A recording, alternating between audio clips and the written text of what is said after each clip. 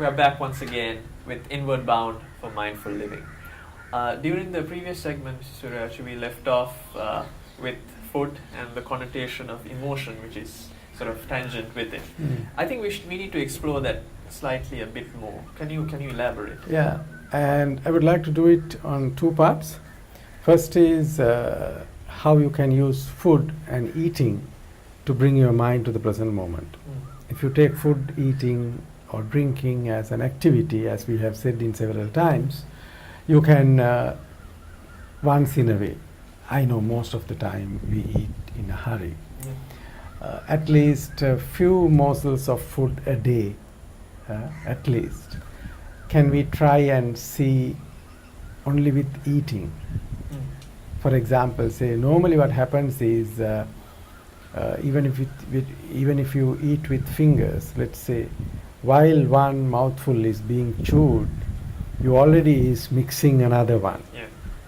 So which one are you doing now? You are doing both together. Yeah. So you are not aware of either of it fully, True. isn't it? Yeah. Because it happens because of it is habitual. So, but what we have been discussing is, if you use these habitual day-to-day simple tasks and try to bring your mind to what's going on, then it teaches you the skill of becoming aware. Right. Yeah.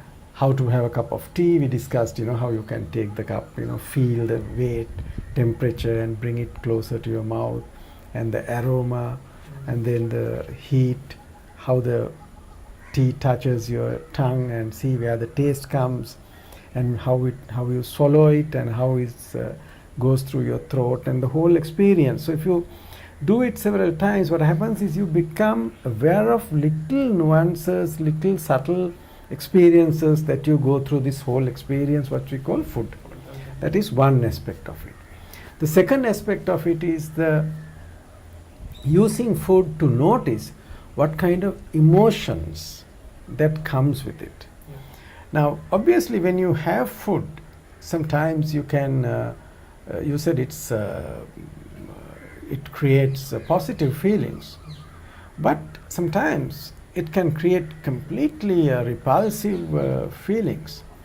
Now, I think it's in Philippines, they have a delicacy where they bring a monkey in a cage, and they break open the skull of the monkey and then eat the brain. Now you can see what kind of emotions are you getting. I was cringing. Exactly. Yes. Yeah.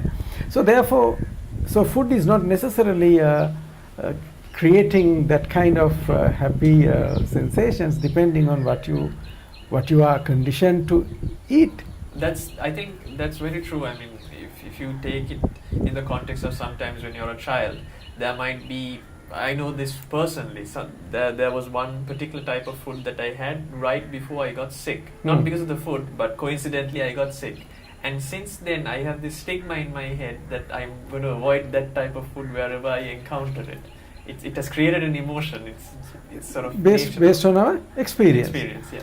Then similarly, when you see food, right? When you observe food, yeah. food, that can create likes, dislikes, or even neutral feelings. I remember once somebody was saying, okay, when all of you are very well fed, and when you are given dessert, you will eat with all your table manners. But if you are made to starve for 1 week, and then all of you are put into a room and only one plate of food is sent, then how will you eat? Yeah, the true nature of man will come out. Exactly. Yeah. So sometimes when you say somebody is serving, and you are a little bit away from say you are the 5th person in line, and then you see the tray is getting empty. Now sometimes it can get the feeling, will I get mine? Isn't it? Absolutely. And sometimes people, when they are serving, if they don't think of these things, they can tend to take more. Yeah. And then like as kids, sometimes when you are indulging on something, you don't want others to come near. Yeah. You think they are going to grab it. The same can happen with food. Sometimes you will be scared that will I lose my my portion Right. Okay. in a situation of scarcity. Then at the same time, you can use food to get a kind of a boost of your ego also, to say, you know, the kind of things I ate. Isn't it? And then sometimes most people try to equate food also with achievement. You tend to say, okay, if I do this, I'm going to have this, and it's equated with that. Yeah, that's one. I do, so. That's another way of doing it. And then, you know, how many times people have got disappointed because of food? That's People, right. in some families, there are quarrels because of food, Yeah. isn't it? Yeah. And now we talk of this Maslow's hierarchy of needs. If you really look at different stages, what are the emotions associated with food? At the basic level, you are really hungry, you don't mind, you eat anything. Then when you have filled that level, you think, is it clean enough? That's a different connotation, different emotion. Yeah. Then you think, okay, let's go out and have a meal, or we invite some friends and have a meal. Correct. Or on the Valentine Day or your anniversary, your birthday, you take your loved one for a special meal. Yeah. So it's food, but around food there's so much emotions built on it. Then you can even think self-actualization. Some people will get specially flown food varieties cooked by some well-known chefs, Yeah. and order. So what's this coming from them? So it's all related to food. But if you discover what's going on in your mind when you are about to eat, not necessarily when you are eating, actually at all three stages, before eating, During- while eating, and after you eating, three different stages. Your mind will have different sensations and feelings and emotions because of the food. So necessarily, you were looking at two different aspects, Mr. Sriraj. One was looking at the actual process of eating and the sensations that come up with it, Yes. and on the other hand, the actual emotion associated with various types of food as Yes, well. yes. And I think in terms of that secondary component, there are certain things which have been stereotyped now. For example, sweets like ice creams you tend to sort of equate that with happiness and Yes. joy. Yeah. When I'm happy, I'm going to have ice cream, or when I have gotten this particular achievement, I'm going to have.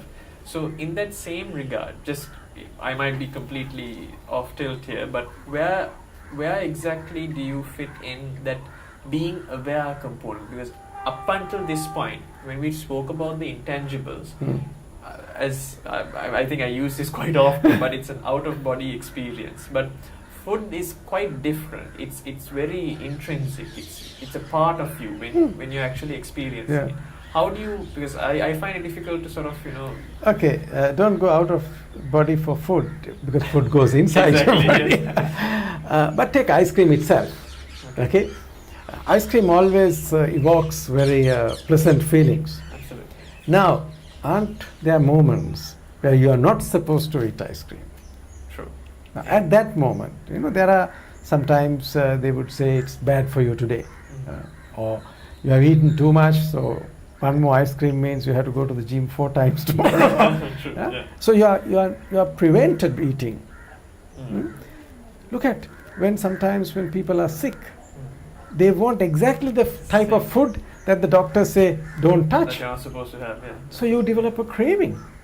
So that's an emotion. Right. So there's going to be different levels. Yeah. I think. So it is nothing to do with the food. Right. It can okay. be ice cream or it can be durian. Right. Okay. Now, Yeah, nothing. I think I'm going more towards the food here, and we actually need to take a quick break before I get even more hungry.